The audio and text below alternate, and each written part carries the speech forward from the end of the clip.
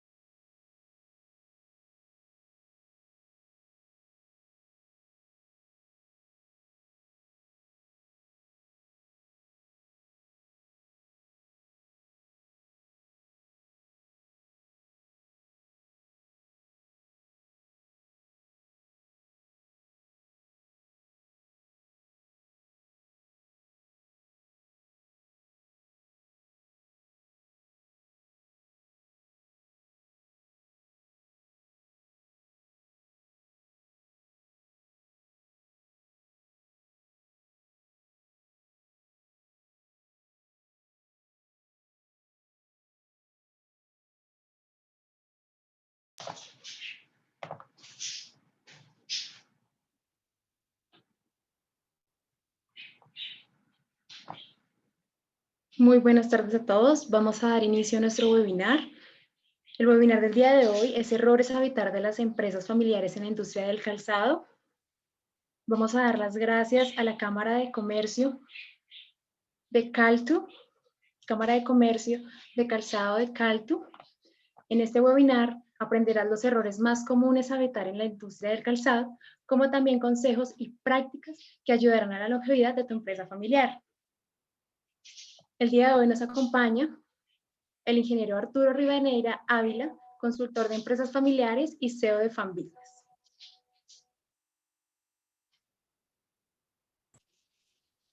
Bueno, muchas gracias, Leif. Muchas gracias a todos ustedes por participar.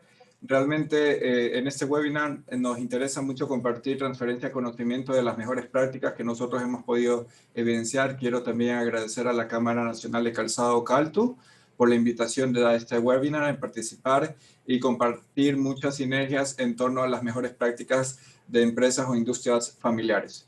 Realmente es un honor poder estar aquí con todos ustedes y agradezco infinitamente a toda la directiva y a todos los que han hecho posible a través de este webinar para compartir un espacio de calidad con cada uno de ustedes. Yo considero que de todas maneras, si ustedes tienen alguna pregunta en particular, los podemos estar haciendo en el formato a medida que nosotros vamos avanzando.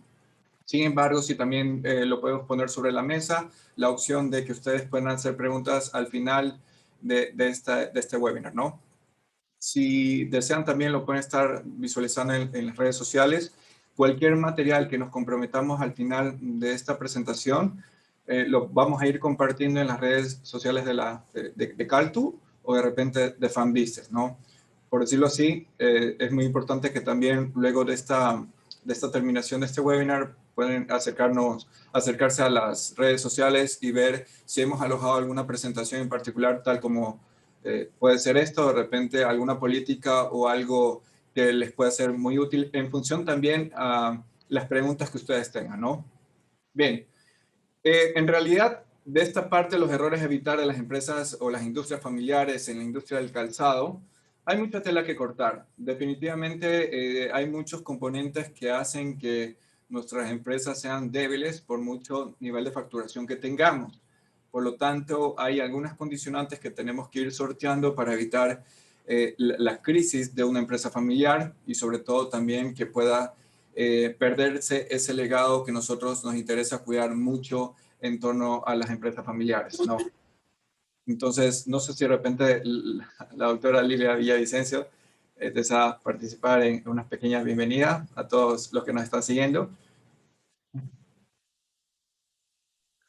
Buenas noches. ¿Sí me escuchan? Buenas noches. Bienvenida. Gracias por estar. Buenas noches. Muchísimas gracias a ustedes por esta oportunidad. Realmente muy complacida de poder tener esta sinergia, tanto la Cámara Nacional de Calzado como el tema de las empresas familiares. En la mañana tuvimos la posibilidad de firmar un convenio de cooperación, porque sin duda hay aspectos importantes en el desarrollo de nuestras actividades empresariales que vamos el día de hoy a conocer. Creo que del tejido empresarial que tenemos aquí en el Ecuador y también a nivel mundial, la mayoría son empresas familiares. De tal manera que quiero saludar a todos quienes se han unido el día de hoy a este importante programa en donde vamos a nosotros a conocer sobre los errores a evitar de las empresas familiares en la industria de calzado. Agradezco la posibilidad de estar también con varios de los compañeros, veo que están ya ingresando en este momento al chat y sin duda va a ser valiosa la información que el día de hoy se va a compartir. Bienvenidos a todos y estaremos muy atentos escuchando la importante información que se va a compartir en esta tarde y noche. Muchísimas gracias, bienvenido a todos. Muchas gracias, doctora. Gracias una vez más. También igual quiero agradecer la participación de Piedad Aguilar, que es también consultora en dirección de empresa familiar. Unas breves palabras antes de iniciar. ¿Tienes mucho que pedir? Buenas noches con todos. Realmente es un privilegio para la firma Fan Business compartir el día de hoy con este importante audiencia. Arturo Rivadeneira será quien con su vasta experiencia nos va a dar a conocer todos los errores que debemos evitar en las empresas familiares. La doctora Lilia lo puntualizó, es verdad, más del 98% de la industria nacional son empresas familiares y ahora más que nunca estamos convencidos de que la profesionalización de nuestras empresas debe darse para que sean sostenibles en el tiempo. Espero que todas las inquietudes que tengan el día de hoy, en esta noche, sean resueltas por nuestro querido Arturo, quien va a ser el principal el día de hoy en dar la conferencia de esta noche. Gracias, bienvenido. Muchas gracias, Piedad. Bien, ahora sí, en honor al tiempo vamos a iniciar de esta temática que realmente tanto nos apasiona. Bueno, en consideración de lo que son algunos ítems que vamos a abordar, yo considero que el número uno, pero no menos importante, básicamente se fundamenta en lo que es la falta de profesionalización del equipo familiar. En muchas ocasiones vemos que la familia tiene una curva de aprendizaje, se involucra de una forma a veces tardía en el negocio o en la industria del calzado. Ciertos hijos bajo la rama familiar de papá, mamá, hijos, a veces donde podemos estar eligiendo algunos sucesores o tenemos algunas opciones, por decirlo así. Hemos notado que muchos de los hijos no quieren continuar o no tienen esa afinidad al giro del negocio. Eso no es un problema.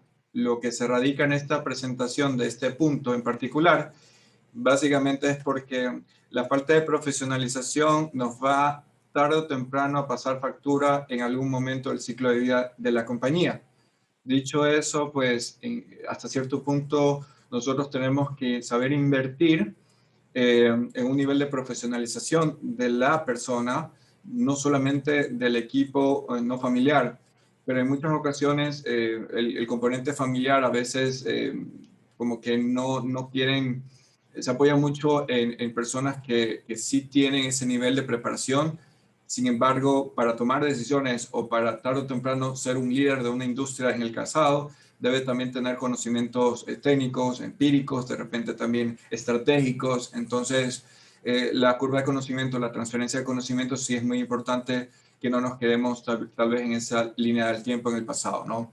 De todas maneras, reconocemos que muchos de los empresarios han podido nacer con un nivel de expertise o de repente un nivel empírico, ¿ok? Hicieron crecer sus negocios, sus empresas, sus industrias, pero ya la segunda generación le compete mucho ese nivel de profesionalización, ¿no?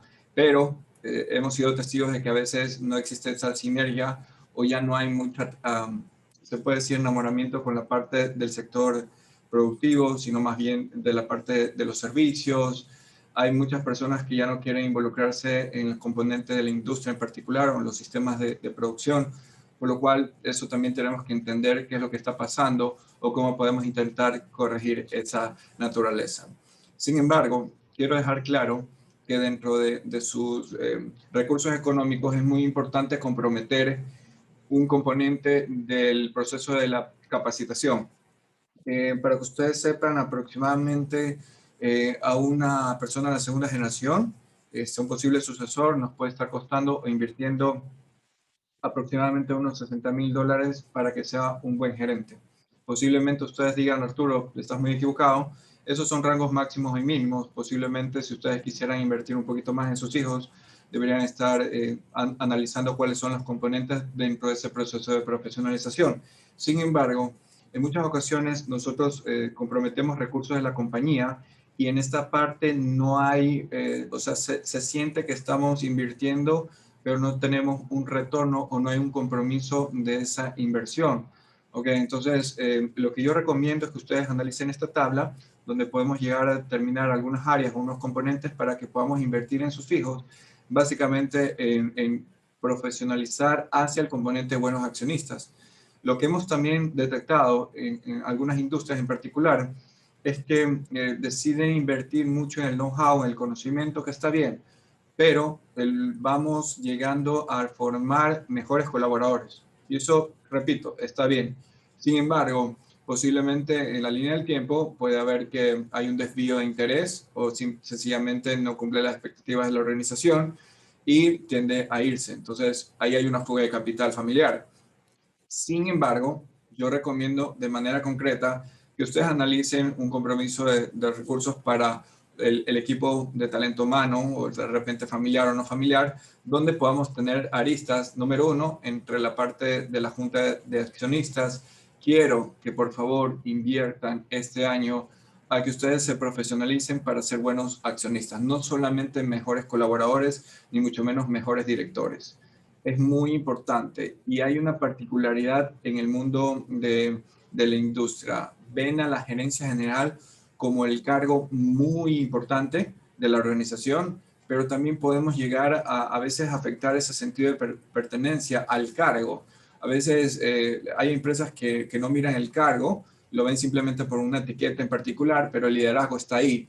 Existen líderes que no tienen cargos en la organización y eso es digno de admirar. Pero de manera concreta, quiero que ustedes sepan de que se puede llegar a planificar correctamente, de repente unos 3 a 4 años, el poder llegar a profesionalizar al talento humano. ¿Cuánto ustedes están comprometiendo los recursos por cada año? De repente el 1%, el 0.5% de lo que ustedes estén ganando, pues vale la pena apuntar correctamente. Si ustedes solamente se dedican a invertir en elementos de mejores colaboradores, como por ejemplo temas de talento humano, de repente temas administrativos, financieros, que repito, una vez más, está bien, pero hay un sentido donde vemos que muchos de los colaboradores tienden a estar 20, 30, 40 años en una organización y como que llegan en una zona de statu quo, una zona de confort, por lo cual es importantísimo desarrollar, aparte del plan de capacitación, un plan de carrera. Les estamos proponiendo aquí un proceso de preparación de los sucesores en una empresa familiar o una industria familiar desde la parte preoperativa. ¿Qué significa esta fase preoperativa? Sinceramente es un elemento de que antes de que nosotros lleguemos a tomar el involucramiento al 100% en la compañía o estar en la nómina, necesitamos cuidar mucho estos componentes porque a veces los dejamos muy fáciles, ¿ok? Y de repente al momento de vincular ese familiar, es ahí donde empiezan a haber una turbulencia en ese proceso de involucramiento porque le hemos puesto muy fácil las cosas. En concreto, la fase preoperativa consiste en que posiblemente esta persona no esté vinculada al 100% de la organización, pero necesitamos de repente llegar a alcanzar un hilo conductor para trabajar estos componentes y tener una miras a que en algún momento de su futuro puede estar vinculándose en la compañía. Si no hacemos esto, esa persona va a tomar la compañía como que desde cero, y es muy importante que estando en la universidad o en el colegio pueda llegar a tener cierto conocimiento de la compañía y sobre todo, ¿por qué no?, del manejo de la organización. Para mí es muy importante iniciar con un test vocacional. Estas pruebas simplemente determinan cuál es la inclinación o la vocación que uno puede llegar a tener, de la parte industrial, de la parte de repente de personas de negocios. Esto es una prueba que puede estar costando aproximadamente 25 o 30 dólares. Se la pueden estar haciendo en 3 horas y tienen los resultados. Esto es un dato referente nomás, ¿no?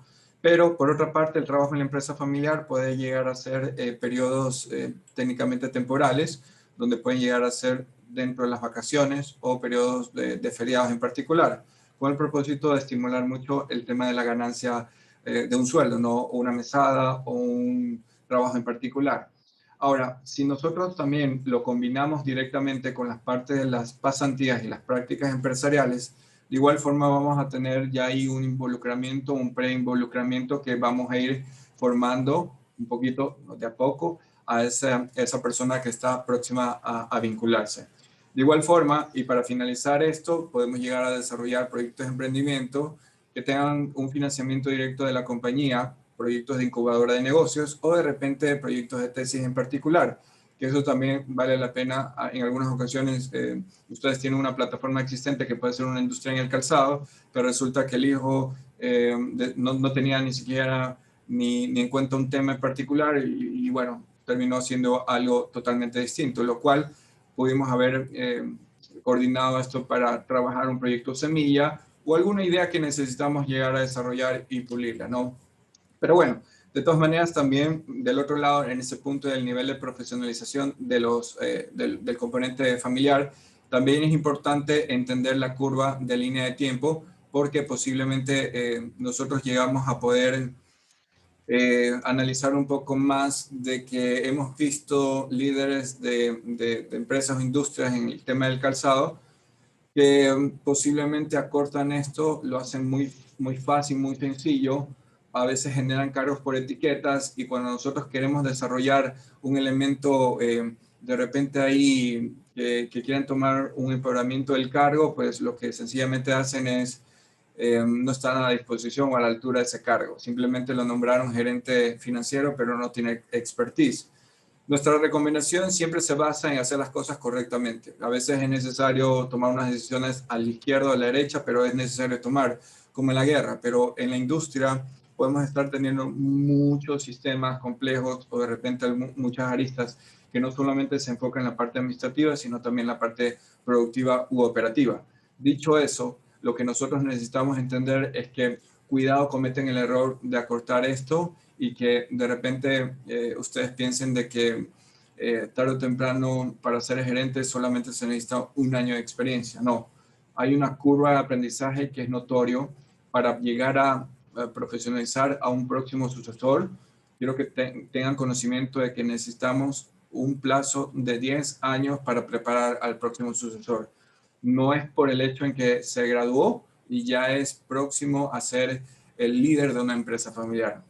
Lastimosamente en ese componente necesitamos mejorar bastante en comparación a nivel mundial. Sin embargo, de esta curva lo que nosotros podemos desarrollar es, nuestra sugerencia está basada en que inicien directamente como pasantes o practicantes, pueden ser 1 año, ¿ok?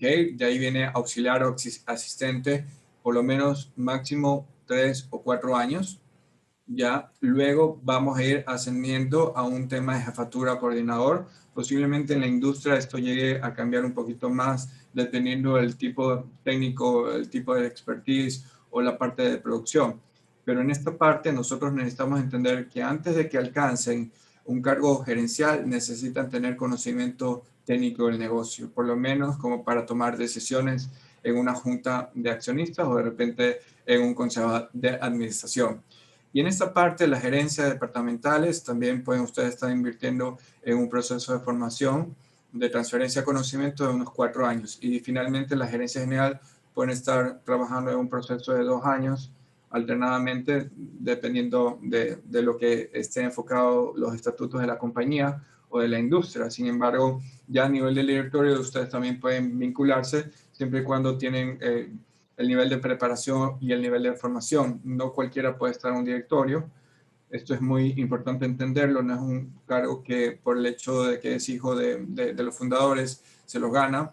Pueden estar tomando decisiones o pueden estar en una situación solamente con voz, pero no con voto. Y esto también es de análisis, ¿no? Sin embargo, para finalizar esta pequeña exposición de la fase operativa, yo creo que a nivel operativo posiblemente ustedes pueden llegar a desarrollar algunas variaciones en la parte técnica operativa, pasar aquí 1 año, 2 años o 3 años para conocer esa parte del know-how y obviamente que en algún momento que eso se pueda estar delegando forme parte de la, hasta cierto punto de la transferencia de conocimiento hacia la familia. A ver, hay industrias donde tienen un know-how muy propio, que no lo delegan fácilmente a los colaboradores no familiares. Entonces, si ustedes tienen un nivel de compromiso hacia esa información confidencial, tienen que tener un plan de contingencia para transferir ese conocimiento hacia familia. Hay familias que, por ejemplo, la marca no la delegan a otras personas. Forma parte del ADN. Entonces, ustedes tienen que analizar cuáles son las funciones delegables y cuáles son las funciones indelegables. ¿Ok? Bien. Por otra parte, una de las situaciones de complicaciones o errores que nosotros podemos llegar a tener es la falta de estructura organizacional. Se ha visto mucha situación de que a veces estamos, no sé, con 40, 30 años o 25 años, un colaborador que inició desde los 18 años en una industria y pues sigue estando desde auxiliar o de repente como coordinador.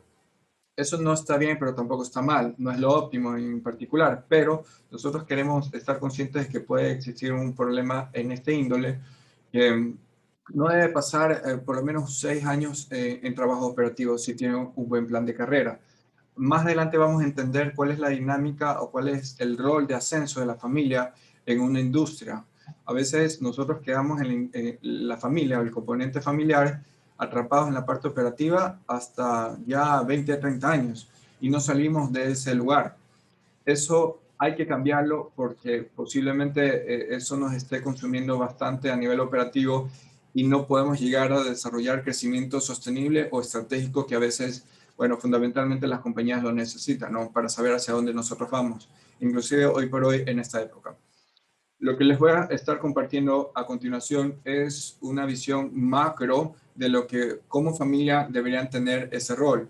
Técnicamente, el rol estratégico de la familia debe ir creciendo a medida del ciclo de vida de la compañía y sobre todo para empezar a delegar algunas cosas operativas. Dentro de esas cosas también podemos llegar a manejar algún tema de maquinaria, de conocimiento, etcétera, que lo vamos a ir cuidando con información que blinde ese know-how o información confidencial, que eso también lo vamos a exponer en pocos minutos. Sin embargo, dentro de la parte de la gerencia o el rol de la familia, nosotros tenemos que entender que a veces en una industria, específicamente del calzado, podemos estar aquí iniciando, ¿ok? O de repente acá. Entiéndase que aquí estamos hablando de cargos operativos y acá cargos estratégicos como tal, siendo gerentes, jefaturas, etcétera. A veces la familia ha logrado estar posicionada en esta parte de la estructura y de repente el fundador o la fundadora está aquí. Entonces, y de aquí ya no se mueven durante 20, 30 años. ¿Okay? Eso posiblemente entorpezca alguna situación de crecimiento de la organización y eso también es muy importante saber cuál va a ser el plan de carrera de la familia. Porque a veces ocurre que estamos muy estancados y no queremos salir porque pensamos que nos van a votar fuera de la compañía y no es así. La familia empresaria necesita entender su verdadero rol. Y estamos hablando de que el próximo paso, desde la familia hasta aquí en la parte directiva o la parte gerencial, es formar parte del directorio para llegar a profesionalizarse y tomar decisiones estratégicas en la organización. Quiero hacer una pregunta retórica. ¿Cuántas veces al mes te reúnes para tomar decisiones estratégicas en tu industria del calzado? ¿Ok? De repente puede ser 1 vez, 2 veces. ¿Qué tiempo de calidad le buscas para eso? ¿Y cuánto, cuando nosotros tenemos sesiones del Consejo de Administración, cuánto tiempo se tardan por tomar una decisión? somos testigos también de que a veces en las juntas directivas o en los consejos de administración, o también llamados directorios, para tomar una decisión de un proyecto de inversión se demora una eternidad. Y salen a relucir muchos componentes emocionales desde hace cuando éramos niños. Que mi mamá me cacheteó cuando éramos de 5 años, que mi hermana me escondió el juguete en el horno microondas y algunas otras cosas más, y por eso no te aprobó el proyecto de inversión. Entonces, son elementos que no pueden estar carcomiendo la toma de decisión a nivel empresarial. Entonces, entendamos que es el punto macro, necesitamos llegar a visionar que la familia esté aquí y luego forme parte de un rol más activo en la junta de accionistas o el directorio. Ustedes tienen que aprender a ver que este rol lo pueden estar delegando. Posiblemente vamos a hacer algunas preguntas en particular donde digan, Arturo, ¿cómo puedo estar haciendo? Al final de todo también hay un componente de acuerdos o documentos que quiero compartirles listales para que ustedes sepan que para hacer eso tienen que tener mucho cuidado porque están entregando el know-how de la compañía a terceras personas, que a veces no nos hace clic esa parte. Pero bueno, el segundo movimiento es ese. El tercer movimiento viene a ser que la compañía o la familia ya no sea una familia que esté involucrada en la administración, sino ya nosotros tenemos este nivel de conocimiento. Nosotros pedimos informes de gestión. Para eso, una de las herramientas muy valiosas es desarrollar gobernanza corporativa, que eso también es un elemento que no se lo debe de vender por el tamaño de la compañía, ni tampoco el nivel de facturación. Pero sí es muy importantísimo que ustedes revisen esta información para que puedan poner orden y disciplina. Si no tienen esos componentes, de nada sirve, su empresa posiblemente vaya a quebrar. Entonces, regresando al tema central, vemos que la familia ya está adquiriendo un rol de, en vez de administradora, que ya llegue a formar elementos de emprendimiento, ya se transforme desde una empresa familiar a una familia empresaria. ¿Cómo lo hacemos? Pues viendo cómo aceptamos o aprobamos proyectos de emprendimiento. De igual forma también vemos cómo nos profesionalizamos en la junta de accionistas o la Board of Directors, que en inglés se llama la junta directiva, y en esta parte necesitamos ir sumando el nivel de conocimiento técnico y sobre todo gerencial y directivo, ¿no? De la empresa o la industria. Bien, ese es el tercer movimiento. El cuarto movimiento, ya cuando nosotros tengamos unas 4 o 3 industrias o una empresa y una industria, buscar la forma de cómo a cada compañía instauramos el directorio. Yo acá le he puesto un directorio 1, 2, 3, 4 en función de cada una de las empresas, como está acá. Aunque no seamos técnicamente formados o conformados un holding, podemos estar manejando se puede decir, un órgano de gobierno muy como superior, como si fuéramos un grupo corporativo, sin tampoco estar constituidos. Simplemente tenemos reuniones para ver cómo están las compañías o el grupo corporativo. De eso no se necesita complicarnos, que en esta parte tengamos un holding o una corporación, simplemente es de saber administrar estas tomas de decisiones, los informes y sobre todo aprender a comportarse en estos órganos de gobierno. Dicho eso, ya vamos a ir delegando cada una de las decisiones estratégicas, operativas, y ya la compañía o la familia asciende a un nivel más de estratégico, más de emprendimiento y sobre todo empieza a delegar esa parte de la administración. Quiero que ustedes se pregunten y analicen hasta qué punto ustedes han podido entregar ese liderazgo de la gerencia a terceras personas. Es complicado, ya lo sé, pero no imposible. Entonces, dicho eso, nosotros necesitamos que desarrollar un plan de acción en función de esa parte. Ahora, como parte de este componente 2, de uno de los errores más frecuentes, está también una recomendación muy puntual. Esto no les va a engordar la nómina, por decirlo así, simplemente necesitamos entender que a veces en la industria se necesita descentralizar la parte de las funciones del gerente general, porque el gerente general de una industria en calzado tiene muchas funciones complejas, demasiadas funciones y a veces no abastece la toma de decisión o no abastece el tiempo. Entonces, nuestra recomendación es sencilla. Nosotros tenemos una industria del calzado, presidente, gerente general, obviamente que la parte operativa aquí abajo, ¿no? Pero la quise omitir porque a manera de simplemente ejemplo. Nosotros queremos recomendar a ustedes que puedan instaurar el cargo de vicepresidente o subgerente. ¿Por qué razón? Porque vemos que el gerente general de una industria en calzado es muy operativo, ¿ok? Pasan 20, 30 años y sigue siendo un gerente operativo, ¿ok? Entonces, no podemos ir creciendo, colocando una cadena de distribución a nivel nacional o internacional, si no empezamos a entender el rol de un gerente como debe ser. En la línea del tiempo hay gerentes operativos que pueden ser durante los 5 primeros años, luego un gerente gestor que pueden ser a partir de entre 5 y los 10 años próximos, y un gerente directivo. Ese gerente directivo se sobreentiende que ya ve las cosas de un panorama más estratégico y no está apagando los incendios día a día. Entonces, en función de eso, evoluciona la organización como tal. Pero ¿por qué le estamos compartiendo esta parte? Porque nuestra recomendación se fundamenta en que este gerente específicamente puede ser familiar o no familiar, indiscutiblemente quien sea el mejor. Pero hay un componente del subgerente que debe llegar a amortiguar o a equiparar el peso de esa carga operativa. Para nosotros consideramos que es mejor un plan de sucesión de ascenso de los familiares o no familiares en este proceso que en el proceso del lado izquierdo. ¿Por qué razón? Porque imaginemos que tenemos un papá, un fundador que es gerente general y su cónyuge, que es presidenta de la organización. Los dos se van de viaje o resulta que fueron a comprar una materia prima a nivel internacional y el negocio se ha estancado desde un punto de vista operativo. Entonces resulta que tenemos un hijo o una hija que puede llegar a figurar parte como el cargo de vicepresidente. El vicepresidente tendría una reforma de estatutos nada más, siempre y cuando el presidente y el gerente no estén. Por lo tanto, a veces no podemos llegar a irnos de vacaciones o no podemos estar siendo muy funcionales si no cuidamos esta parte. Ustedes pueden decir, Arturo, pero para esto es un tema de un poder específico. Yo les digo sí, pero a la larga no estamos entrenados para tener un backup. Y esta línea de tiempo, a pesar de que no forme parte de la nómina como tal, sino internamente, podemos llegar a poner algunas funciones.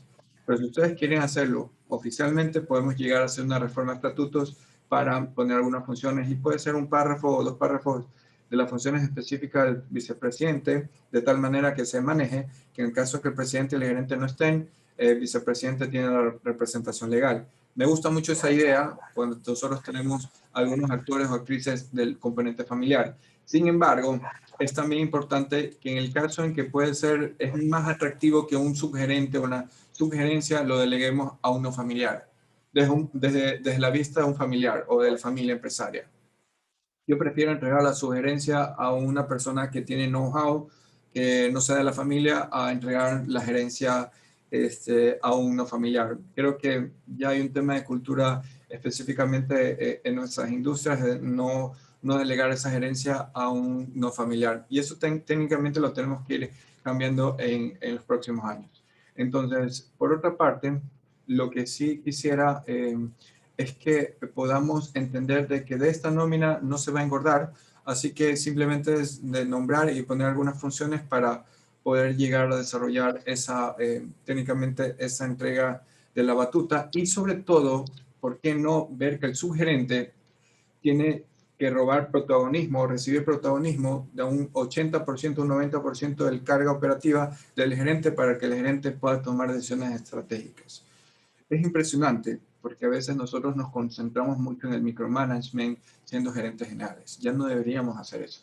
Nos lleva bastante tiempo y nuestro minuto siendo gerente cuesta. Literalmente en una industria el minuto del gerente cuesta no solamente transformarlo al tema cuantitativo, sino a nivel cualitativo del costo-beneficio. Y en esta parte posiblemente podamos estar haciendo un refresh de la parte de vicepresidente ejecutivo a manera sobre todo el tema de las funciones en particulares, ¿no? Hay más funciones que podemos llegar a desarrollar en una matriz, pero quiero compartirles que trabajar como asistente principal del presidente para tener un campo más holístico de la organización, ayudar a guiar a la empresa para que trabaje hacia metas específicas que estén de acuerdo con los propósitos y sobre todo las políticas empresariales de la organización y realizar los deberes de presidencia en ausencia. A veces el presidente como que tiene algunas funciones, otras veces no solo percibe que está realizando funciones operativas porque es presidente, pero tenemos que trabajar mucho en eso. El tercer componente es no instaurar un consejo de administración o directorio. Lastimosamente, la toma de decisión en las industrias del calzado y también en otras industrias afines estamos siempre centralizadas en el fundador o en la fundadora. Llega a fallecer ellos como fundadores y todo el negocio, el know-how se viene abajo.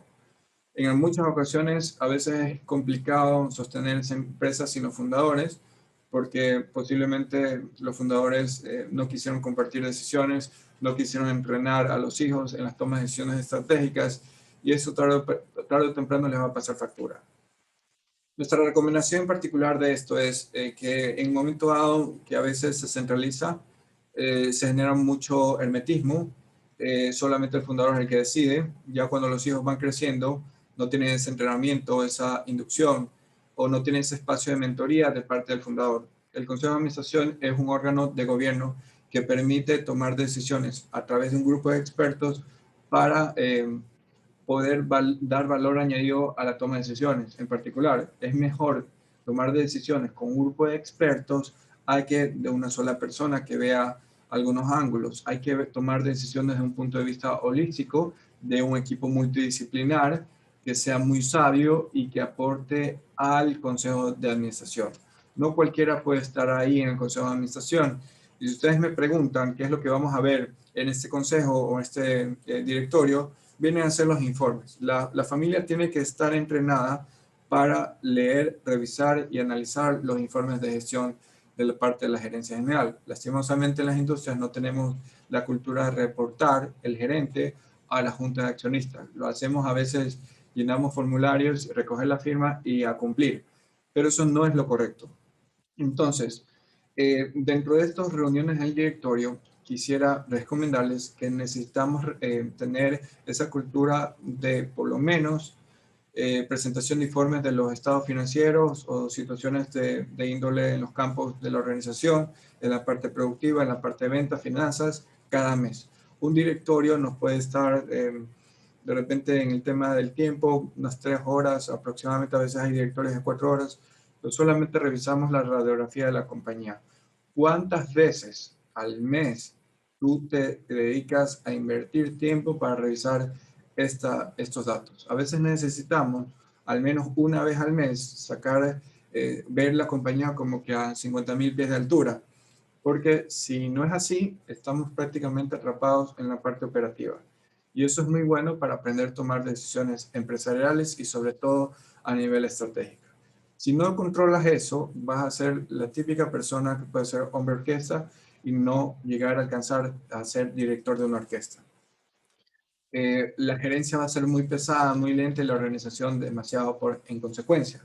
Nuestra recomendación simplemente se basa en que tengas mucho cuidado, en que aquí ya el directorio de quien conforma parte del directorio. Entonces, tu estructura seguramente está basada en presidente y gerente general. Olvidémonos de esta parte que puede ser unas variaciones en función de cada uno de ustedes. Pero lo que nosotros queremos recomendar es que instauramos el directorio, va a estar debajo de la Junta General de Accionistas. Si algo llegase a pasar con el gerente o el presidente, reportaría directamente al directorio. El directorio tiene que monitorear la gestión del gerente general. Y los fundadores, aunque les cueste mucho afrontar, necesitamos saber reportar a un directorio. A pesar de que somos los fundadores o somos los propietarios, los dueños, no quiere decir que esa sea la razón de no saber reportar. Cuando entreguemos la gerencia, el siguiente líder o el siguiente sucesor va a tener que tener esa oportunidad de reportar. A veces no reportamos ni siquiera ni a la Junta General de Accionistas y ya cuando hemos visto, hemos comprometido un desfalco de la organización y estamos en quiebra. Nos ha pasado en alguna ocasión y tenemos que tener mucho cuidado en particular. Bien, el tercer componente es la falta de lineamientos claros. Directamente en esto sí vamos a ser muy puntuales.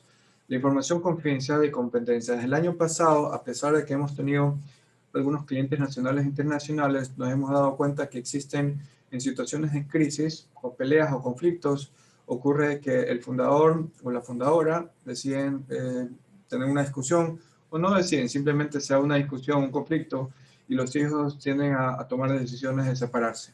Ya no quieren trabajar con sus padres, ellos han tenido todo el know-how, se ha invertido bastante en esa transferencia de conocimiento, mandarlos a cursos internacionales a tecnificarse, y resulta que no tenemos ninguna política para blindar esa parte.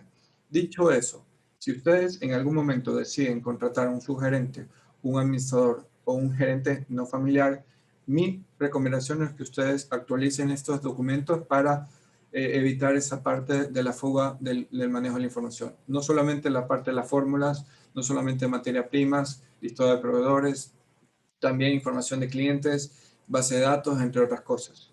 No quiero que dejen de pasar este componente porque inclusive el año pasado hubieron algunas cosas en que los hijos se llevaron en peso a la compañía, se llevaron los colaboradores, se llevaron inclusive el tema de algunos clientes y pues porque el hijo tenía más afinidad con su círculo social, el papá perdió peso, la mamá perdió peso en el tema y fue jalando algunos clientes y obviamente el papá quedó en esa quiebra. Sinceramente, lo que nosotros recomendamos es tener actualizado el reglamento interno de trabajo, analízalo si tu documento legal tiene alguna condicionante del acuerdo de confidencialidad y no competencia. Son 2 o 3 párrafos que puedes estar actualizando ahí. En el tema del código de ética y conducta, esta parte también es imperativo que tengas lineamientos claros.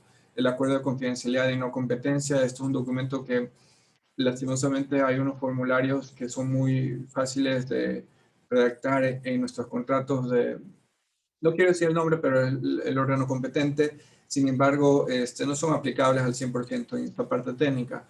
No dice nada de multa, no dice nada de, o sea, realmente son 3 párrafos que técnicamente podremos estar mejorando esa redacción. Recomendaciones concretas en el acuerdo de confidencialidad y no competencia vienen a ser 3. Número 1, en el tema del acuerdo de confidencialidad, que no se puede divulgar la información a pesar de que ese colaborador ya ha renunciado, por lo menos durante 3, 5, 10 años, depende de la información. Número 2, en esta información debes llegar a cuantificar la penalidad. Si tu acuerdo de confidencialidad, el contrato que tú tengas, no dice un acuerdo se puede decir de cuantificación, un tema de cuantía, prácticamente lo dejas ahí a la deriva. Te recomiendo que manejes valores entre 40,000, 60,000, 80,000 dólares. Son valores referenciales también, pero tienes que analizar cuánto vale esa información confidencial y ponerle una multa, una penalidad. Y no competencia. Evidentemente, a pesar de todo, ustedes pueden estar diciendo, Arturo, ¿por qué le demos la oportunidad a nuestros hijos a poner nuestra competencia? Y digo, piénsalo un poquito más en esa parte porque si es que es un nivel de análisis de competencia estratégica, ok, bienvenido sea. Si es a partir de un cooperativismo, pero si estamos hablando de que nos hemos peleado en la familia de cada quien por su lado, puede ser un canibalismo. Y en esa situación también nos va a pasar factura. Entonces, tienes que tener mucho en consideración. Y nuestra recomendación puntual en este ítem es que a tu hijo o a tu hija también le hagas firmar un acuerdo de confidencialidad y no competencia. Si ya es una decisión tuya, de que realmente lo quieras dejar ir y que se ponga una empresa, le das la bendición, pero de una forma inteligente vas midiendo el control de daños. Y eso ya son decisiones en particulares que debes de tomar a puerta cerrada. A nivel del literal de la política de información confidencial, de igual forma, es un documento que puede estar analizándose prácticamente en 2 páginas.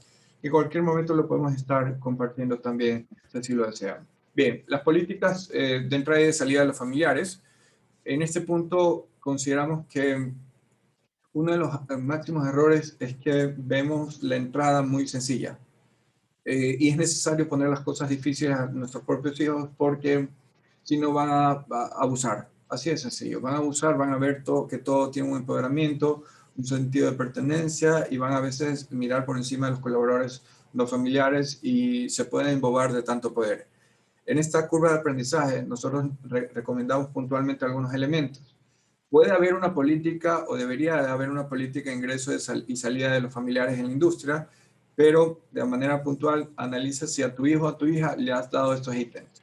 Por ejemplo, evaluar que los indicadores de desempeño establecidos realmente reflejen la contribución o falta de ella que por parte de la persona ocupa el puesto. A veces creamos puestos que no necesitamos en la organización y mucho menos ni siquiera tenemos conocimiento de los indicadores de desempeño. A pesar de que es tu hijo, instaura los indicadores de desempeño, por favor. Tú vas a ir haciendo retroalimentación formal o informal, mejora continua a través de esa parte cuantitativa. 2, deberá pasar el proceso de selección como los otros candidatos, sea lo que sea, así de sencillo. Si tú tienes a un hijo, una hija, cumple ese proceso estándar de selección. Trátalo como, a ver, lo decimos a nivel de consultoría como un mortal más. ¿Okay? Esta parte posiblemente se va a dar cuenta que él tiene que empezar, como todos, en ese proceso hasta alcanzar un cupo en la organización. Que no se sienta que porque es el hijo de papi puede tener el puesto sencillo. A pesar de todo, si alcanza en la terna, toma la decisión de algunos otros elementos en función de un tema de análisis cuantitativo y cualitativo. Pero haz que pase ese proceso de selección. Pues, deberá presentar su hoja de vida al Departamento de Talento Humano, eso también es un tema, un requisito principal. 4. El familiar que desea ingresar a trabajar en la industria o en la empresa familiar deberá iniciar por cargo operativo con un mínimo de 3 años. Luego podrá ir ascendiendo a cargos estratégicos. Ni siquiera se les ocurra, por favor, que apenas llegue a graduarse su hijo, le ponga un cargo estratégico. Porque definitivamente va a complicar mucho la toma de decisión y tiene que pasar por un proceso. No hay atajos hacia el camino del éxito y esto es fundamental. Hay que tener una cultura de primero empezar por la línea más baja de la organización, sin menospreciar los cargos, pero es muy importante que toque fondo, porque si no, al momento que va a ser un gerente, se va a embobar tanto el poder y lastimosamente vamos a tener algunas complicaciones, ¿no?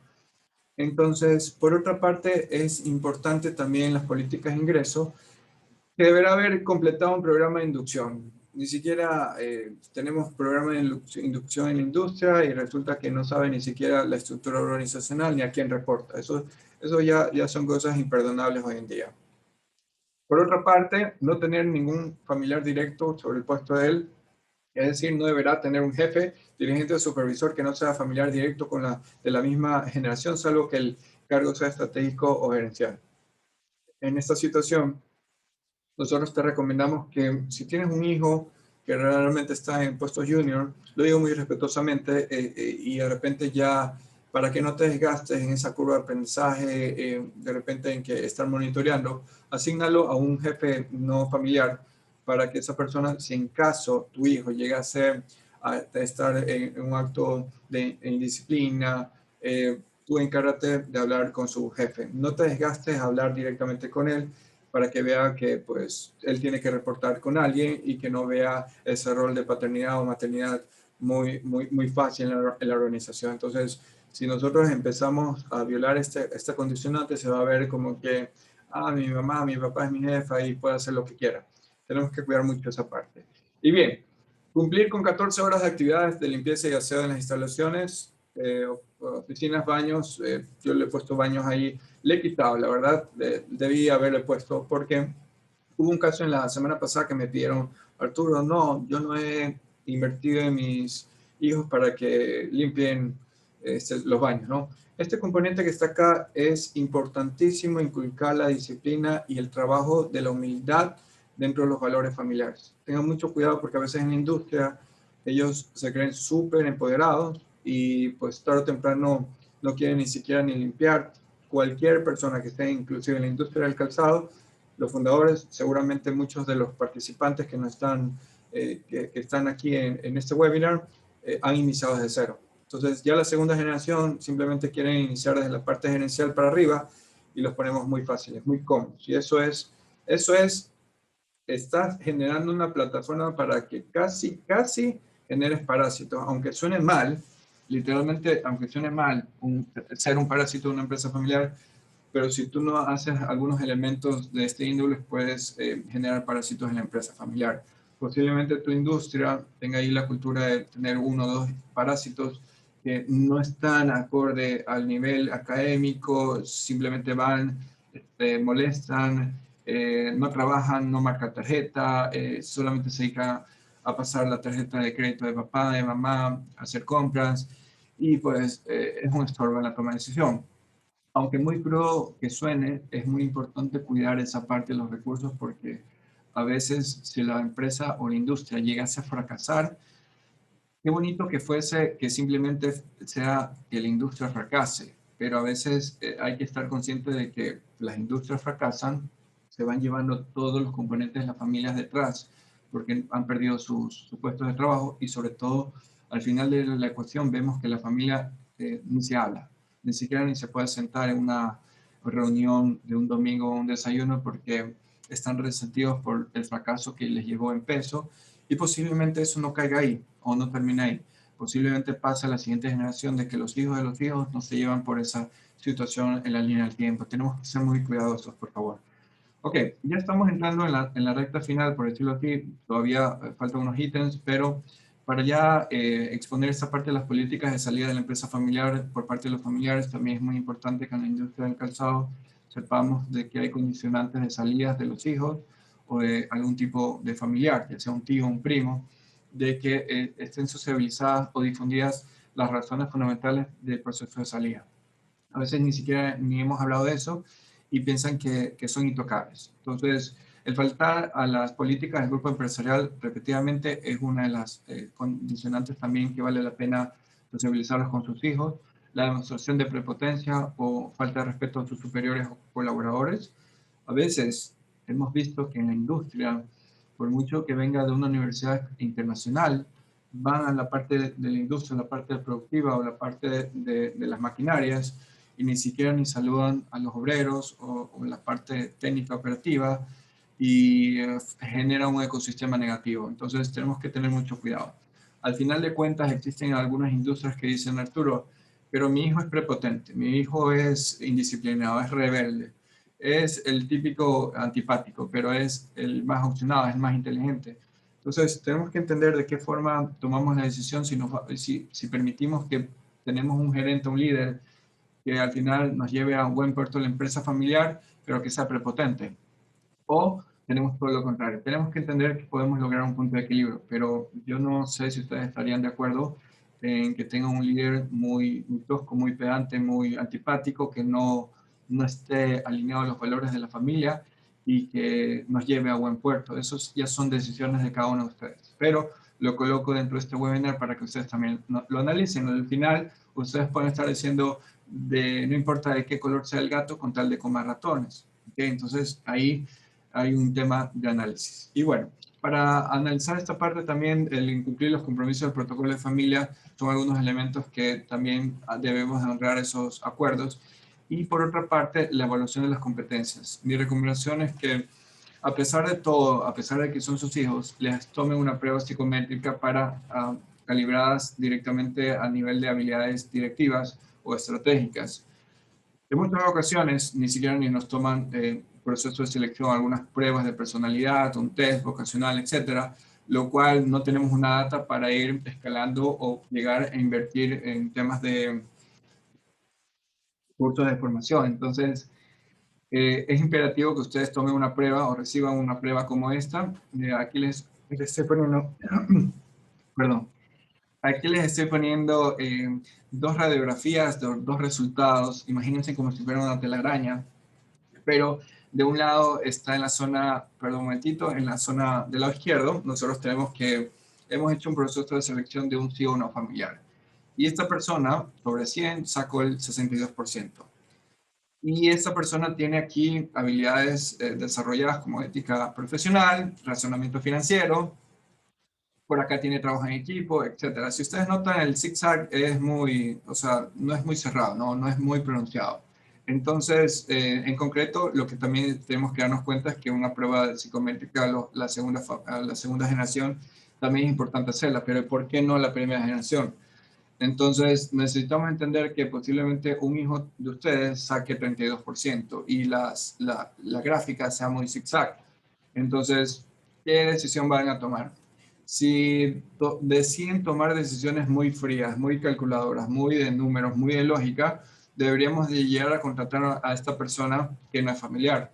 Pero en algunas ocasiones tomamos la decisión de irnos por el gerente familiar, que puede ser nuestros hijos, y decidimos invertir hasta llegar a alcanzar esto. A esta persona tenemos que darle un seguimiento posterior, pues porque ya hemos tomado la decisión. Pero desde un punto de vista frío, de talento humano, necesitaríamos tomar la decisión de esta persona, pero hay que reconocer de que esto es un componente de la ecuación. Posiblemente en una entrevista o el perfil académico también sea un tema de análisis como tal. Entonces, no solamente hay que tomar las decisiones con una variable. Para tomar la decisión del próximo sucesor se necesitan a unas 4 o 5 variables. Número 1 puede ser la hoja de vida, el análisis también de esta prueba psicométrica, cuánto tiempo tiene trabajando o teniendo ese conocimiento técnico del negocio, y puede ser un 4, un elemento de los valores de la familia, y sobre todo esa química con la familia como tal. Entonces también tenemos que tener mucho en consideración esa parte. Ahora, ya estamos entrando en la falta de políticas de inversión y de emprendimiento y de compras de activos improductivos. Al nosotros tener una industria, vemos que podemos tener activos improductivos, posiblemente hay una necesidad de financiar situaciones propias de la familia. Hemos visto que de las arcas de la familia a veces invertimos en temas de matrimonio, en el sistema familiar. Hoy por hoy puede estar un matrimonio invirtiéndose tal vez 40,000, 20,000, 60,000 dólares. Entonces, ¿de dónde provienen esos fondos? De la compañía, de la industria. Entonces, tenemos que tener mucho cuidado porque no hay una política clara de inversión. En muchas ocasiones todo se ha reinvertido, y ya cuando viene la época donde los hijos quieren ser accionistas, ellos ya quieren tener los dividendos en sus arcas. Y está bien, tienen todo el derecho, pero si no hay una política clara, si hay un análisis de por medio, esto va a ser disparar al aire. Entonces, técnicamente lo que nosotros necesitamos entender es que los proyectos de intraemprendimiento posiblemente te lleguen a desfalcar tu organización. ¿Qué quiere decir un proyecto de intraemprendimiento? Fácil. Cuando nosotros tenemos una particularidad en cuanto a invertir, imaginemos que nosotros tenemos una industria ya hecha, es una plataforma, es una empresa matriz, y resulta que queremos conquistar otro país y empezamos a ver un elemento de financiamiento, ya sea con la misma actividad de nuestro negocio o de repente en una diversificación de otro negocio, lo podemos desarrollar un destino de dinero, de recursos propios para desarrollar nuevas empresas. En esta parte de emprendimiento, a veces lo que hemos visto también en los hijos es que, papá, necesito 20,000 dólares para emprender en una firma o un restaurante.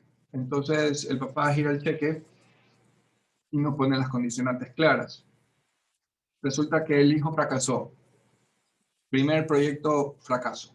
La segunda vez, papá, sabes, no me quieres, no me has apoyado nunca. La otra vez me apoyaste, pero me diste dinero, me lo cobraste y yo fracasé porque, no sé, tú eres mal padre. Y empezamos el drama y el show. Y lo que nosotros vemos es que en la parte de los proyectos de emprendimiento es que posiblemente la industria del calzado no dé para financiar proyectos de emprendimiento a veces, dos que cometan errores. Está bien uno, ya, la curva de aprendizaje. Pero tienes que tener mucho cuidado porque posiblemente si generas dos proyectos de emprendimiento que fracasen, significa que es una alerta de desfalco de la organización. Entonces tenemos que tener mucho en consideración de que nos puede quitar el oxígeno de la empresa, y esto puede generar también complicaciones en la parte financiera. Sobre todo también, y lo quiero decir a pesar de que ustedes puedan estar analizando y a veces sus hijos me pueden decir, Arturo, ¿por qué dijiste eso? Es porque las compras de los activos improductivos ya no está de moda, ¿ok? Antes la herencia era típica, mi papá dejó fincas, mi papá dejó terrenos, dejó una industria, departamentos, etcétera. Pero hoy por hoy, y las familias de este siglo en particular, ya no suelen dejar muchos activos improductivos. Piensen un momento, ¿cuál es el legado que ustedes están dejando para las futuras generaciones? Si quieren dejar un activo improductivo, es probable que al día siguiente que ustedes fallezcan, sus hijos rematen esa propiedad. ¿Con qué lo pagaron? No solamente lo pagaron con dólares, lo pagaron con un tiempo que se sacrificaron durante 20, 10 años para comprar ese activo. Y eso se puede llegar a desarrollar en algunas ocasiones elefante blanco, que técnicamente nos ha podido carcomar la parte financiera y en consecuencia la parte medular de poder crecer sosteniblemente. Ya aquí estamos entrando unas 6 diapositivas más y procedemos a la parte de las preguntas. En el punto número 5, la carencia del comité de crisis en la empresa familiar. Esto es pan de cada día y sobre todo hemos estado conscientes de que este año se han activado muchos comités de crisis. De una forma empírica, sí, pero valió la pena analizar esto, sobre todo para ponerlo en nuestra estructura organizacional. Dicho eso, les voy a comentar un dato estadístico bastante curioso. El 70% de las empresas familiares mueren o fracasan en el paso de la primera a segunda generación y en consecuencia, a medida que pasa las generaciones, va disminuyendo esa tasa de mortandad. El punto número 2 refleja que el 98% de las empresas de estructura familiar no cuenta con plan de sucesión. Y esto es claro porque inclusive lo hemos vivido desde la parte del año pasado con más fuerza. 3. El 46% de las empresas de estructura familiar mueren cuando fallecen los fundadores y sobre todo por en la industria del calzado, ¿no?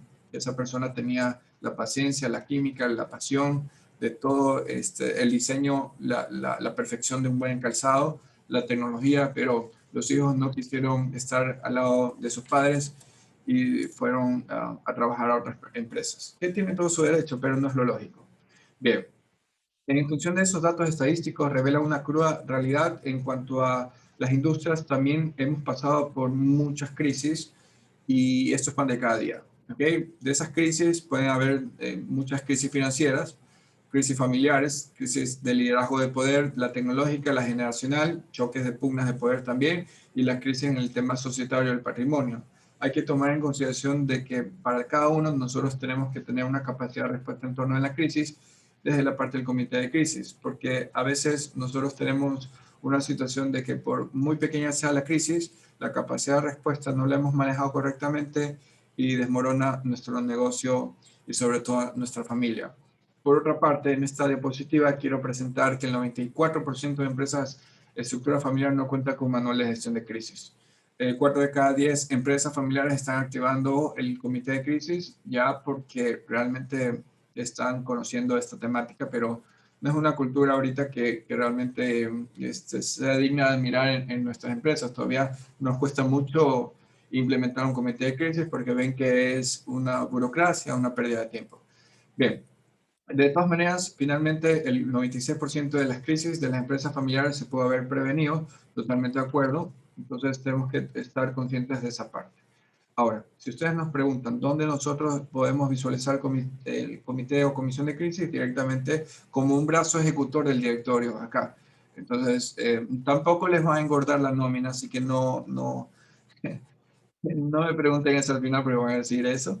Arturo, ¿por qué estás llenando la nómina? ¿Nos va a encarecer la parte de talento humano? No. Es probable que tengas personas competentes en la organización, inclusive familiares, que puedan llegar a formar parte de la comisión de crisis. Y a la larga, ese es el precio que tienes que pagar. Si hay una situación de un incendio o hay un tema de impacto ambiental, necesitas reunión de comité de crisis. Si no, ¿dónde vas a tocar este tema? ¿Dónde vas a tener los planes de contingencia, las normativas para tener esa capacidad de respuesta de un plan de contingencia a una eventualidad, a un tema de crisis? ¿Ok? Se da mucho y sobre todo puede haber una situación en la familia, se estrelló, un accidente que ha pasado, sobre todo también en nuestro país, y la compañía queda a la deriva. Entonces, eso es una crisis que también tenemos que saber sortearla. Pero bueno, simplemente les quiero compartir una diapositiva de que ustedes vean cómo podemos estar conformando el comité de crisis. Si hay crisis también en el comité en la parte de la industria del calzado, hay crisis operativas. Seguramente lo podemos llegar a resolver de una forma inmediata con expertos o con un equipo interno, un equipo también externo. Lo que sí quiero recomendar es que también a veces como que se está dejando un poco de lado que el fundador, la fundadora, no esté en el comité de crisis, porque posiblemente esa persona está muy tensa, muy estresada con todo el peso y resulta que si está escuchando la crisis, puede que le dé un paro cardíaco, lo digo muy sinceramente, y pues a veces los comités de crisis excluyen a los fundadores para evitar problemas, ¿no? No porque no sean competentes, sino para quitar ese peso emocional. A veces un fundador vemos que tiene 75 años y escuchar una noticia como esa puede ser un poco delicada.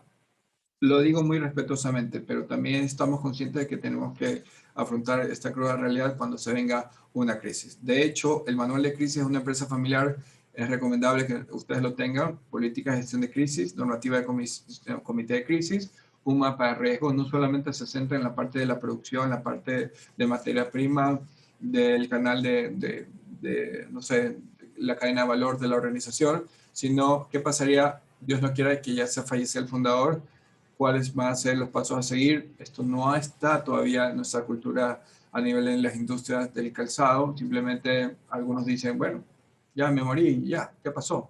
Entonces, no, necesitamos entender que hay un componente de planificación y estar preparados para cualquier eventualidad. Si realmente te interesa mucho el legado que estás construyendo. Y bueno, finalmente, la falta de institucionalización. Les voy a compartir solo 3 diapositivas de lo que ustedes necesitan analizar en la checklist, por decirlo así, una empresa que realmente esté bien institucionalizada. ¿Cuántos documentos se necesita tener para una compañía que esté bien institucionalizada, bien ordenada, con políticas, reglas, procedimientos, todo en orden? Pues posiblemente entre 200 o 300 documentos. Pero esos documentos no te va a generar riqueza, sino te va a generar un orden y la disciplina. Puedes tener muchos documentos aprobados, pero si no tienes esa cultura, tranquilamente eso es un saludo a la bandera. Pero es mejor que tengas todo en regla a que no lo tengas nada documentado y cualquier persona pueda tomar decisiones improvisadas. Ok, entonces, en concreto te estoy compartiendo ahí un checklist de lo que son algunos documentos para preparar en orden. Debes tener reglamentos, códigos, políticas, acuerdos, que técnicamente esto viene a ser la columna vertebral de la organización. Entonces, si el día de mañana algo pasó, pues lo acudes al reglamento y te resuelve esa situación. Un contrato, manual, etcétera. Si no tienes esto, y a veces hay personas o hay líderes que son muy empíricos, muy desordenados, que a la larga nos demandaron por esto y no teníamos nada en orden. Entonces, tenemos que estar conscientes de que este año y los próximos años por venir no es solo una guerra de costos, también es un tema de orden y disciplina. Si lastimosamente no te has preparado para tener un orden y disciplina en tu empresa, esto simplemente va a ser una situación de papeles. Hay que tener una cultura de disciplina para que sea sostenible. Las mejores industrias del calzado son industrias que han fortalecido su pilar fundamental en esto, no solamente en la institucionalización, sino también la profesionalización. Y eso se siente en las empresas. Solamente de esto estoy enlistando aquí 150 documentos que se puede instaurar en 9 meses en particular. Pueden ser más o menos este tiempo referencial. 2 documentos para preparar el sucesor, vienen a ser aproximadamente unos 10 documentos. Prueba psicométrica, me va a saltar en honor al tiempo, protocolo de familia, contrato laboral, indicadores de gestión al gerente. A pesar de que es tu hijo o tu hija el que afronte el liderazgo, o sea, la próxima sucesora o sucesor, tienes que invertir tiempo en esta parte de la elaboración. Puedes apoyarte en un talento humano o de repente un consultor especializado en dirección de empresa familiar o de repente un equipo que también aporte valor añadido. Y esto lo puedes estar desarrollando en 2 meses. 3, en el tema de los documentos al sucedido, es decir, cuando empiezas a entregar la batuta, siendo tú fundador o fundadora, es importante que analices los checklists de todo esto, el plan de retiro, la planificación testamentaria, el plan de transmisión de la propiedad, la herencia o el patrimonio, los nombramientos, el sistema de compensación y algunas funciones que te competen siendo presidente honorífico o algún tipo de cargo vitalicio u honorífico. Y esto son simplemente 6 documentos que pueden estar entrelazándose en un periodo de 2 a 3 meses. Pero eso es muy importante. Si te estás dando cuenta, poner en orden la casa te va a demorar aproximadamente 1 año o 9 meses. Pero sea lo que sea, te recomiendo que lo hagas en tu generación, siendo fundador. Si tú empiezas a delegar esa responsabilidad que te compete a ti como líder, es probable que tus hijos van a querer desarrollar esta documentación y bueno, lo han hecho, pero eso es digno de admirar si sale de la primera generación. Si por cualquier motivo no has destinado los recursos o no has destinado los esfuerzos, haz todo lo posible para que la segunda generación reciba esa responsabilidad ineludible, ¿ok? Ya sea la primera o la segunda, tienen que poner orden en la casa. 7. Todavía son personalidades naturales. Y aquí termina mi presentación. De los errores que hemos visto, ya llega un momento dado que estamos en una curva del ciclo de vida de la organización, de la industria. Y vemos que todavía el fundador tiene toda esta industria, maquinarias, vehículos, movimientos en la parte de las cuentas de corrientes de ahorro, toda su parte financiera está comprometida a nombre de una personalidad natural. Ustedes me van a decir, Arturo, quiero morir siendo personalidad natural, pero tienes que entender que en la curva o en la línea del tiempo vas a tener que pagar un precio, y posiblemente sea un precio porque tienes que estar consciente de que tarde o temprano cuando nosotros lleguemos a fallecer siendo personalidad natural, se va a venir un efecto colateral. Y esto, indudablemente, debemos estar conscientes de que puede ser a quienes eliges como accionistas, no hay, simplemente porque no hay compañía. ¿Bajo qué criterios? Nadie va a saber. ¿A quién excluyes para blindar tu empresa familiar? No hay. Todo eso ha estado directamente a nombre tuyo como personalidad natural. Puedes tener problemas legales, imagen crediticia, posible divorcio, entre otros, y se merma todo lo que corresponde al paquete accionarial, o perdón, el patrimonio de la familia o el patrimonio tuyo. No alimenta el sentido de pertenencia a los familiares en la persona natural, lo que todo el mundo ve la necesidad de decir, papá, esto es tuyo y se acabó. No hay ese sentido de responsabilidad de recibir un legado porque lo has vendido todo a tu familia en el sentido de que esto es mío, siendo personalidad natural. Cuando llegue a fallecer, tú vas a tener tu propio patrimonio o tu herencia. Entonces se generan falsas expectativas porque le estás vendiendo la idea de que eso es tuyo a tu hijo, o que esto va a ser de tu hijo, pero resulta técnicamente desde un punto de vista legal simplemente eres una personalidad natural. Pero sin que se sienta en mi comentario que es despectivo hacia la personalidad natural. Pero hay un tema de arquitectura que tenemos que tener mucho cuidado sobre esta parte y te lo voy a exponer acá. Si llegas a fallecer siendo personalidad natural, vas a tener que liquidar la nómina. Eso puede pasar a un pasivo en torno a los herederos, de igual forma. No vas a poder facturar porque no puedes emitir factura de un ROP que obviamente es una persona fallecida.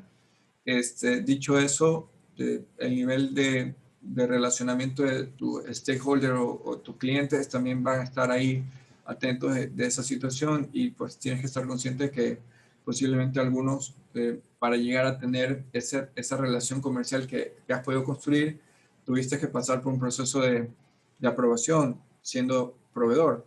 Entonces las cuentas la van a congelar y algunas otras cosas más. Posiblemente se venga todo de desbalance y que la familia invierta tiempo en ese análisis, en ese desgaste emocional, sobre todo en esa tramitología, va a ser de descuido del manejo del negocio. Por lo tanto, nos vamos a poner en un jaque o una situación, un compromiso de un corre-corre de levantar toda esta operación. ¿Por qué? Porque no quisiste transformarte en una persona jurídica. Ya sea que sea una SAS, una compañía limitada, una sociedad anónima, tienes que tomar la decisión porque si llegas a fallecer, todos esos patrimonios, esos activos forman parte del nombre de la compañía. Simplemente se hace un proceso ya un poquito más amigable dentro de lo difícil que también puede ser. Pero si es que sigue siendo personalidad natural, es probable que todo esto se vaya a manejar y es probable que también inclusive la marca que es a nombre tuyo o tuya, puedes, si uno de tus hijos no deciden aprobar de que esa marca esté en un local o una industria o en otro lugar, se congela esa operación. Y eso hay muchas historias en los juzgados sobre peleas de hermanos porque no aprobaron el uso de la marca por tema de la herencia, porque yo no apruebo que esta marca de mi papá esté en un local en la esquina de la industria o de repente en otro lugar. Entonces, para eso tenemos que comprometernos todos a estar conscientes de que siendo herederos tenemos que ponernos de acuerdo para inclusive vender, rematar o llegar a comercializar algo. Entonces, aquí son situaciones donde ponemos a prueba esa paciencia, esa sabiduría de la familia y finalmente tenemos que estar conscientes de que si no haces esto, vas a dejar más que un legado, una serie de problemas a las futuras generaciones. Ya de por sí, el mundo que estamos dejando para las futuras generaciones es muy complejo. Realmente se los digo. Sean ustedes los que me están escuchando, primera o segunda generación, hagan lo posible de no solamente concentrarse en un nivel de facturación. Eso es importante, sí, pero también es necesario entender de que nosotros no podemos estar, o sea, como ecuatorianos, o emprendedores tenemos esa particularidad hacer desde cero las cosas. Pero de nada sirve que tú tengas una industria de calzado que solamente dure una generación. Lo ideal sería que tu industria de calzado pueda generar 2 o 3 generaciones o cubrir. Técnicamente no hay industria hasta el momento que aguante el peso de sostener económicamente a 4 generaciones. Por lo tanto, tenemos que hacer todo el mejor de los esfuerzos para desarrollar estrategias sostenibles que puedan generar el compromiso finalmente de ser industrias del calzado longevas. Y eso se está perdiendo mucho porque no hemos sabido enamorar a los familiares sobre el giro en particular donde nosotros estamos. ¿Ok? Entonces, esto también es importante ya para concluir, a manera de los elementos así de preámbulo, ya para matizar estas ideas. Lo que nuestra economía necesita es generar, obviamente, unas industrias familiares sostenibles. El verdadero valor de una industria familiar no está en el volumen de facturación, sino en el número de las generaciones. 3, el nivel de riesgo es muy alto. En las personas naturales, en ocasiones no queremos pagar el precio de tener una industria familiar. Y vemos como que los órganos competentes que empiezan a controlarnos es muy tema burocrático. Tenemos que analizar el costo-beneficio y finalmente reflexionar el deseo de perdurar en el tiempo de la obra del fundador. Eso también es muy importante porque posiblemente tú, al terminar esta presentación, analices cuál es tu verdadero legado. Si tu legado se centra en patrimonios o activos, perfecto, pero también tienes que ver que hay legados que son intangibles y que eso también es digno de admirar, como por ejemplo la filosofía, el valor, el honor y algunos otros elementos más. Y eso también tenemos que ver la forma como impregnamos en nuestro ADN familiar. ¿Ok? Bien, entonces, ya estamos en el elemento de las preguntas. Si no es mucho pedir, iniciamos con las preguntas a ustedes. No sé si de repente podemos revisarlas aquí en el chat. ¿Ok? Espero que no sean tímidos esta sesión. Ok, veamos. Tenemos preguntas. Vamos a revisar, doctora, ¿ya? Veamos aquí en el chat. ¿Sí? Preguntas. Les vamos a compartir a todos los correos del chat la información. Vamos a tardar el día de mañana, ¿ya? Bien. ¿Ok? Arturo. Sí. Arturo, permítame en primer lugar agradecer la amplia explicación que acaba de usted entregar con relación al tema de las empresas familiares. También quiero saludar a todos aquellos compañeros de la Cámara que se unieron a esta capacitación tan fundamental. De pronto nosotros cuando empezamos una actividad y llevamos mucho tiempo trabajando, no pensamos en algunos aspectos que usted bien lo acaba de mencionar. Hay pocas empresas que han ido primera, segunda, tercera y hasta cuarta generación. Y en este caso, por ejemplo, es digno de resaltar la empresa Plasticaucho Industrial, que tiene ya en la cuarta generación en este momento trabajando ya, y es también digno de imitar. Yo creo que en este rato vale la pena ponernos a pensar quienes estamos en el camino y quienes hemos entregado ya parte de nuestra vida en una empresa, ya ir formalizando el tema de que nuestros hijos, de las personas que van a suceder en las empresas, se vayan ya involucrando en el tema del trabajo. Y creo que la exposición realmente nos ha llevado a nosotros a varias interrogantes. Por ejemplo, yo tengo una de ellas. ¿Cuál es el momento más propicio para poder trabajar ya en un paso de no ser una empresa, digamos, natural, sino ya una empresa formal, que sería el uno de los temas? Y el otro tema también me gustaría es conocer, existen, por ejemplo, orientación a poder encontrar, por ejemplo, el mejor camino que nos pueda llevar a la constitución de las empresas, cuál es la orientación más oportuna para nosotros poder seguir ese camino. Hablando de que hoy somos personas naturales, pero en el camino y en el paso que vamos hay que ya dejar estructurado para que sean los hijos los que manejen las empresas y las organizaciones. Esas son mis dos preguntas y muchas gracias porque estuvo muy clara la información. Muchas gracias, doctora. Bien. Ok. Vamos a responder la primera pregunta. A ver, ¿cuándo es el momento ideal de transformarnos de personalidad natural a personalidad jurídica? Sinceramente, vemos bien que durante un preámbulo de los primeros años hemos decidido conocer, explorar cómo nos fuimos aventurando en creación de ese negocio. ¿Ok? Nos fue bien. Hay miras a poder explotar en buena fe esa actividad.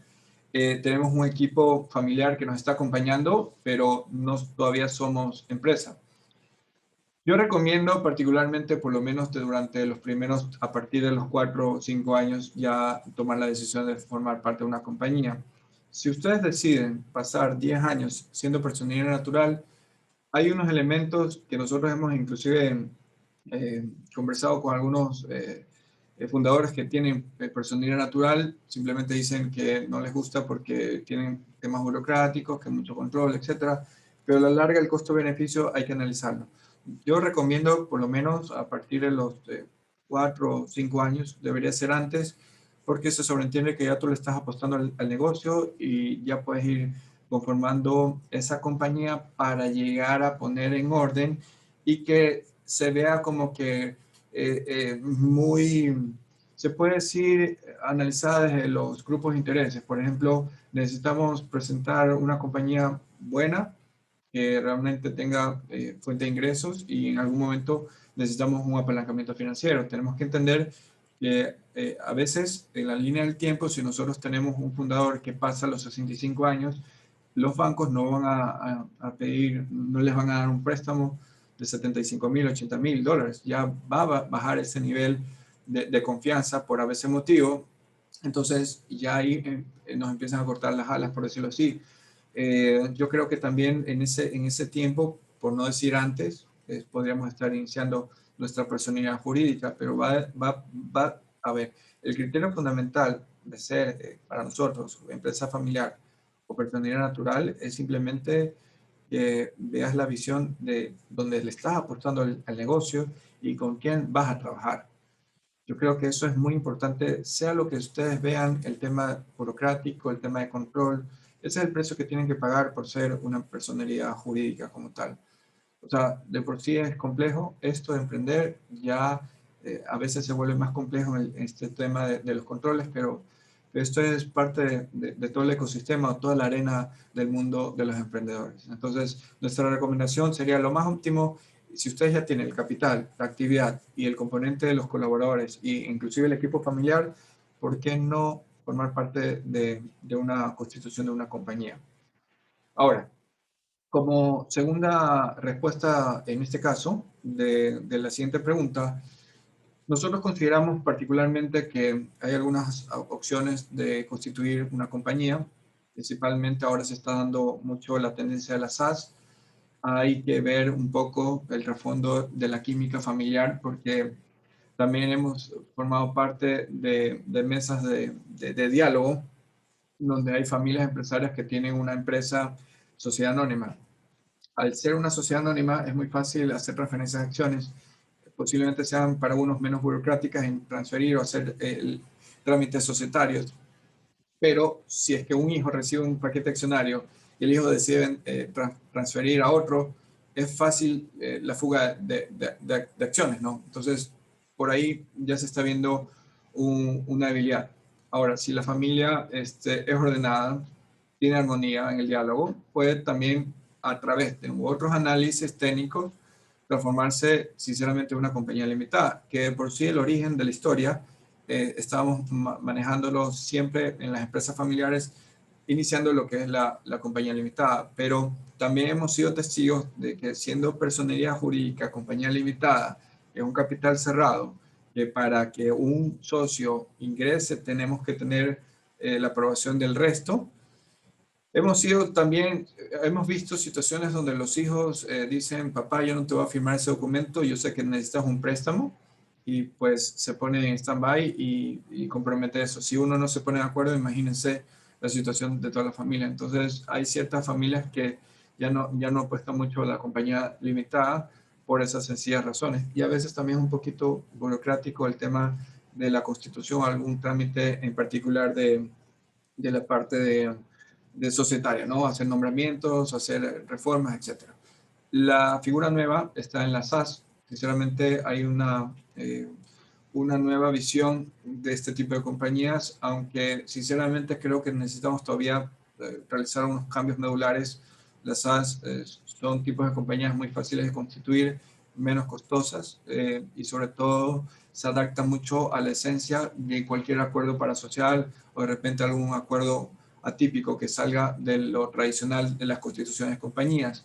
Estos acuerdos parasociales son acuerdos de accionistas e inclusive también podemos incluir algunas herramientas o textos del protocolo de familia, que eso hoy por hoy nosotros tenemos en la Superintendencia de Compañías aprobado la norma del buen gobierno corporativo ecuatoriano, que eso les invito a ustedes que también lo revisen y que técnicamente se está dando apertura de ya hablar del protocolo, consejo de familia y algunos otros elementos que hemos compartido acá. Sea cual fuese de esas tres opciones, es necesario que ustedes analicen ya de un microanálisis cuál es la mejor ventaja o de repente el cambio que ustedes quisieran dar. No les puedo estar diciendo esta es la mejor, aunque de mi punto de vista las tres tienen particularidades distintas, pero sinceramente ya yo he visto que más ahorita se está inclinando la sociedad anónima, pese a que la sociedad es la SAS, realmente tiene una buena acogida, pero están viendo ahí hasta probar un poco en esencia que pase unos años o unos tiempos como para asimilar desde la cultura tradicional de las empresas familiares como tal. Esas serían mis dos respuestas, doctora. ¿Okay? Bien, entonces veamos en el chat. Gracias. De nada, doctora. Ok, tenemos aquí una pregunta. Vamos a, dice, el tiempo de implementación del programa de empresa familiar, ¿cuál es el adecuado? Sinceramente estamos hablando de un programa ya intensivo, puede ser de 9 meses a 12 meses, para poner en orden la casa, literalmente. Desde la parte de las políticas, reglamentos, protocolos, manuales de crisis y todo lo que corresponde a los procedimientos como tal. Y eso es un precio que hay que pagar para poner en orden la casa, ¿no?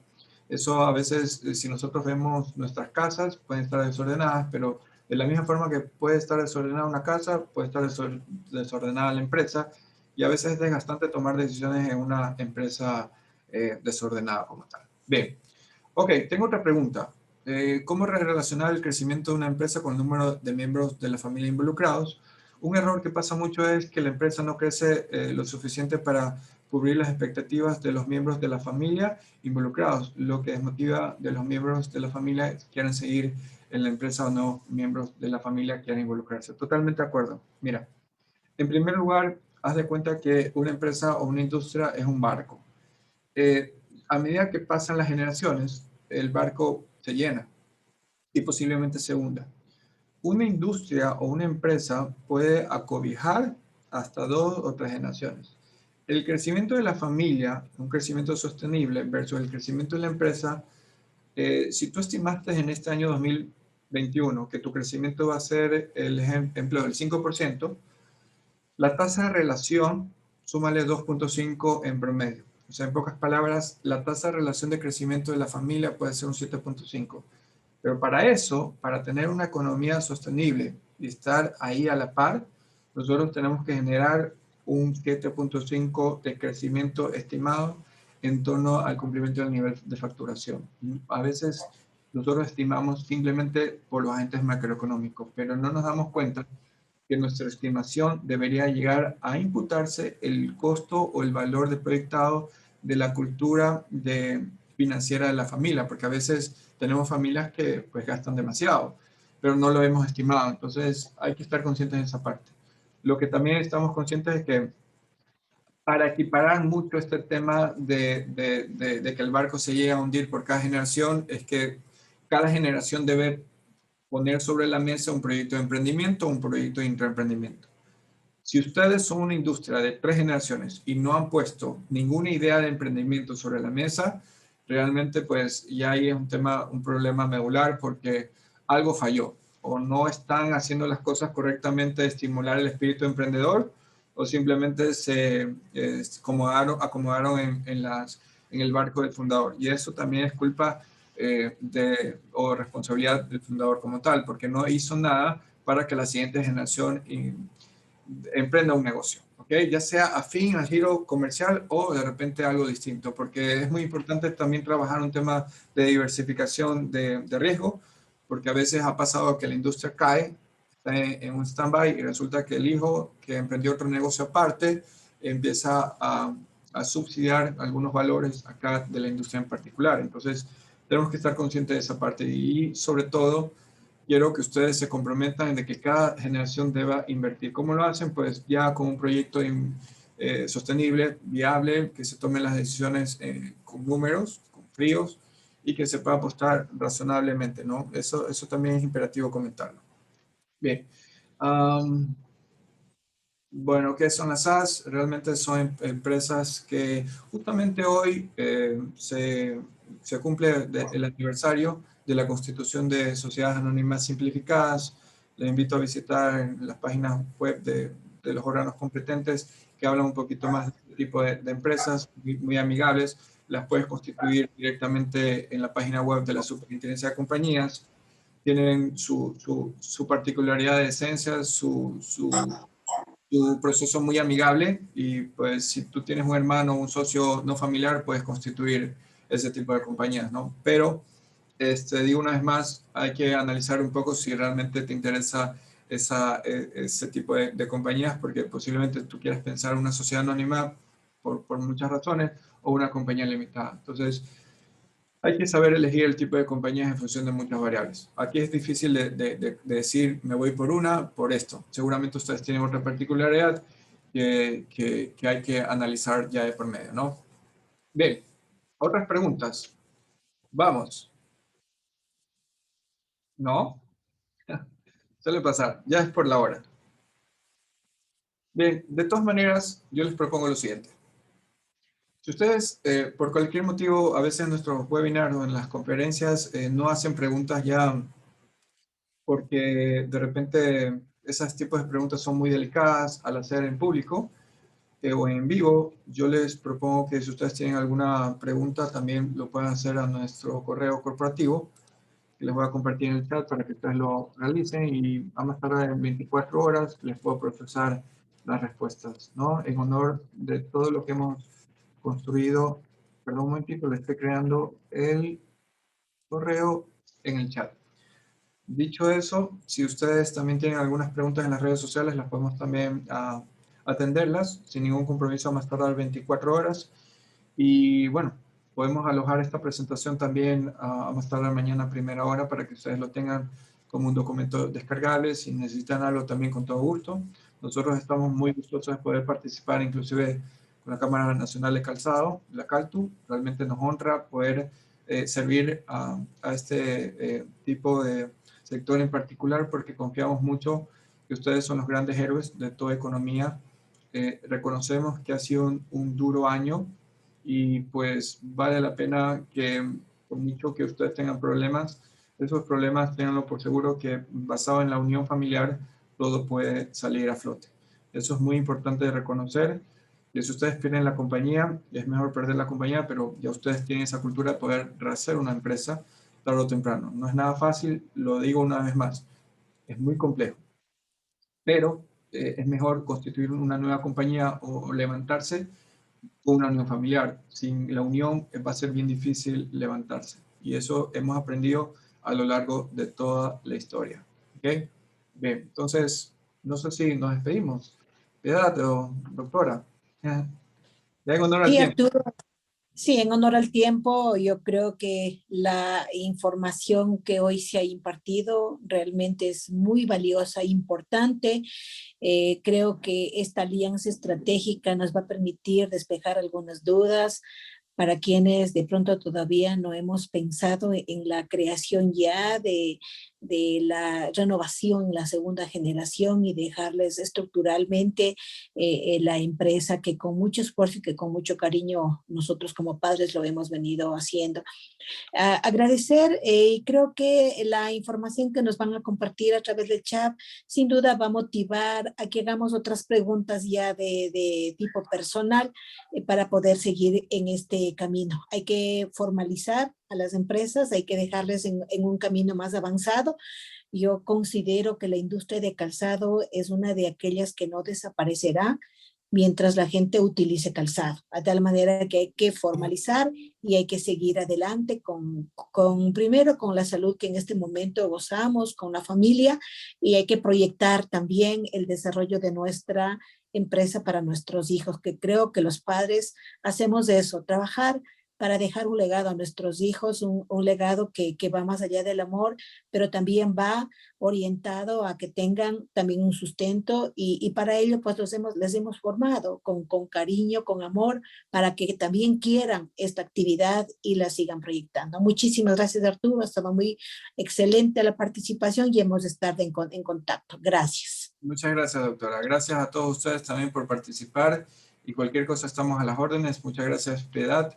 Muchas gracias, Lady. Y pues agradecemos finalmente una vez más a todos los que han hecho posible este webinar a favor del sector en particular. Y pues quiero decir que esto es parte de la forma como honramos a este sector en particular y también a los empresarios que deciden dejar un buen legado. ¿Ok?